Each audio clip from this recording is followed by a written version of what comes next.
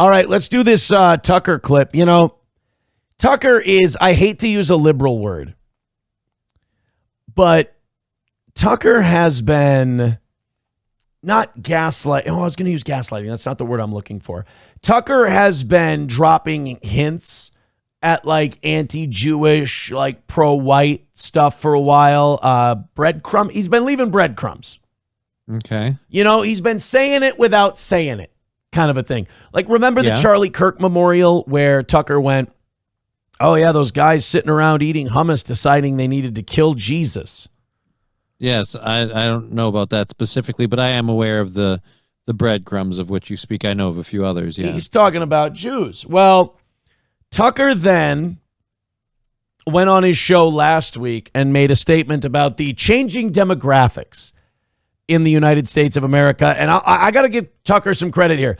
I've never seen Tucker pull off the double axle that is, dog whistle. That's what I was thinking of. I've never seen him pull off the double axle of dog whistle the white supremacy, dog whistle the anti-Semitism at the same time. You want to see Tucker pull it off? Sure, it sounds impressive. Here we go.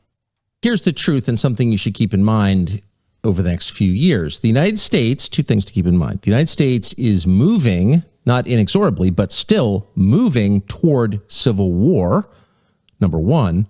And number two, civil wars are the very worst kind of wars, worse than any kind of war fought against a foreign adversary. So to number one, why is America moving towards civil war? For the same reason all countries that wind up in civil war get there, because the differences between their population, between people within their borders, becomes too great to bear. People decide, I have nothing in common with the people who live near me, and I don't want to live near them anymore. In other words, diversity, difference, is actually intolerable to most people. Not necessarily racial diversity, though some.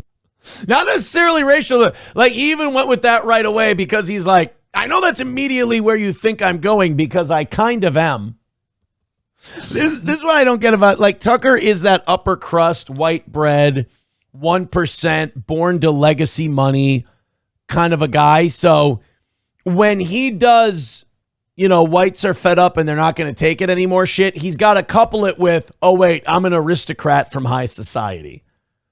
And we don't say things like that out loud publicly. So he'll dress it up and he'll go, not necessarily diversity of race. Well, let him continue on here and we'll see if he means diversity of race. We're just saying no to all the retards. Right. Sometimes that too, but diversity of all kinds. It is not our strength. In fact, it is without question our weakness, and it has always been. If you have nothing in common with your wife, do you have a stronger marriage? No, of course your marriage falls apart. And the same is true for countries. And the truth about the United States is that on every level, beginning with a demographic level, the American population. Remember, not necessarily about race, but we're going to start on every level. Yeah, but we're going to start on a demographic level. It's like, well, wait a minute. Why'd you pick that? I thought you said it wasn't about that one. Why are you picking that one first? And is he going to get to other ones? Right. Let's see. Has less in common with itself, with one another, than ever before. When I was born, which wasn't that long ago, it was the modern era. It was air travel and air conditioning, electricity. When I was born, the United States was about 90% white Christian. Wait, it's now less than 40% white. Wait a minute, though. He said when the diversity becomes too much to bear, not necessarily racially. All right, cool. What's your first example? All right, so race. The whites are not as white as they used to be, and that's like, look, I'm not saying that he doesn't have a point, and I'm not saying that if you bring in a bunch of people from different parts of the world with different values, it's not going to fuck up your country. It probably will. I just don't like that Tucker, and I love Tucker, but what I don't like about Tucker is that he won't just say the shit he wants to say. Or more importantly, it seems like he's saying the shit he wants to say, but in the beginning he's going, but now I'm not drawing your attention to this one thing that I'm circling with this red pen right now over and over again. I'm not telling you to look at that, but it is right there. And it's like, it's kind of fucky. It's almost kind of the thing people complain about with Zionists, where like Ellison and Netanyahu will say, like, we're buying up media. We need to buy up more media. We need to do this. And then they do. And then you go, well, Jews are buying up a lot of the media. And they go, how dare you? Why would you say that? That's terrible. By the way, I'll take Paramount and TikTok. Why would you? That is so anti-Semitic of you. It's like you're kind of gaslighting your own people. Like, Tucker does this thing where he's like, civil war is going to happen. And I'm not saying it's because of race. It's because diversity of everything in general, not necessarily race, becomes intolerable. For example, the country's way less white than it used to be. And it's like, all right, what you're saying is the further we get away from a white majority country, the worse the country more it is. becomes intolerable. Right. But if you say that to me, it's like, no, that's not at all. I never actually said that. That's not what I'm saying. It's like, dude, I like Tucker. But it is what you're saying. I like Tucker, but he does have that elitist air about him where he thinks he's just so much more fucking evolved and smarter than everyone else that he can say shit without saying it. But here's the thing.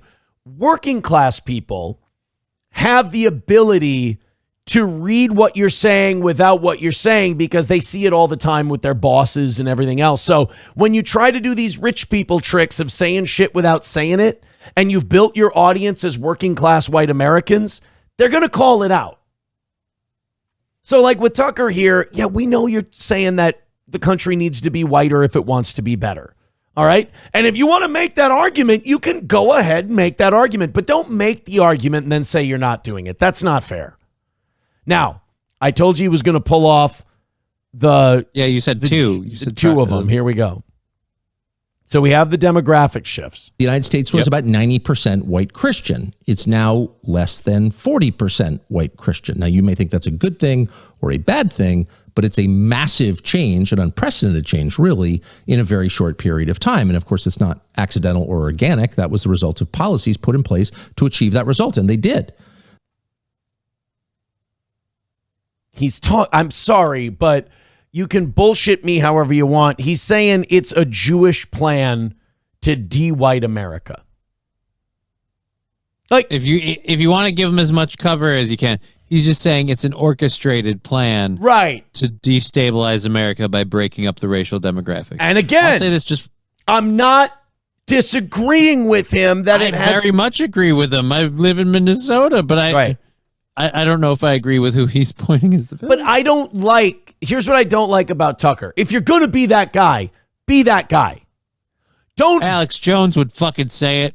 But here's what you're doing. What you're doing is you're being that guy, you're grabbing that audience, and then when that audience says you're that guy, you pull the rug out from under them and you go, no, I'm not that guy. And you leave all those people to take all the criticism of being that person. You don't give them any of the authority of your opinion to back them up. You get them thinking this way, you lean that way, you point all that stuff out, you lead the horse to water, they drink, and then when people go, they're drinking from that white supremacist anti-Semitic well, you're going, Tucker goes, what? I just brought him here. I didn't make him drink the water. I didn't say those things or draw those conclusions. I made some points and asked some questions, but never did I paint that scenario. It's like, motherfucker, right. You literally wrote the message just with different words. There are people who didn't want a majority white Christian country. Okay, they got what they wanted. But what do they have? They have a country with no majority demographically at all. There is no American majority, which is to say 51% of people who have something very basic in common. And so what you have is an inherently fractured country. Languages, religions, ethnicities, backgrounds, beliefs, too innumerable to catalog. And so a country like that, unless unified by something, will split apart, particularly when that country is the size of a continent and is held together by a pretty fragile web of infrastructure, air routes and highways. And that's the end of the clip. See, like, in order to make that rant make sense, you have to draw certain conclusions. And when you draw those conclusions and you go, yeah, Tucker, I guess you're saying this. Tucker Carlson goes, whoa, now that's not, like, it's in the very rant that he just went on. He goes, I'm not saying racially. I'm not saying racial. I'm just saying when we had a 90% white Christian majority, things were better. And somebody wanted it to be that way through their policies, and they got what they wanted. Well, you know your audience. Who's the they that they're going to go to? Again. Well, liberals or, yeah, like we said. Again, you know me. I'm not into censorship. I want these guys to have their opinions. And just because it sounds mean or it sounds bad doesn't mean it's not correct, at least partially. But don't do this bullshit where you say something, you get people thinking a thing, and then you hang them out to fucking dry. Kind of pull back from it. Who did he leave? Did he actually leave anyone to hang out to dry, or is this just what his comment? No, he just does in general when people go, oh, Tucker, you're saying this country was better off when it was white. I've never said that. That's not something I would say. Or they're saying, you're saying a Jewish cabal or a Zionist cabal has organized this country to be less white and encouraged open borders. I've never said that it was Jewish people whatsoever. I'm just saying it's a designed plan. Dude, man, I gotta say, Nicholas Fuentes at least has the balls to say, no, that's exactly what I'm saying. Right. And I'm pretty sure that guy, like, in my opinion, takes balls. So I just, like, that's weird that Tucker can't. And, you know, I will say this about Nick, though. The more Nick gets more mainstream, the more he's getting on all these shows. And the more he, I'm not saying walks it back, but he softens it. He does soften a little. And I'm not saying, look, I'm not saying he shouldn't. I mean, if you're going to appeal to a bigger audience, if you want to grow your show, you got to kind of. You got to soften the message. You don't want to beat him in the face with it necessarily. You got to spoon feed it to people a little bit. You can't just, go, and just do the Nick Fuentes thing. Because a lot of Nick Fuentes shtick and gimmick is shock value because his audience knows who he is. They know what he really means by it. They know when he's kidding. But people who don't know him don't know that. So when he's on these other interviews, it's almost like he's kind of on his best behavior. Yeah, because otherwise he's just going to look a little bit like, honestly, he's going to look like Destiny if he doesn't behave himself when he goes on. Yeah. And who wants to look like Destiny?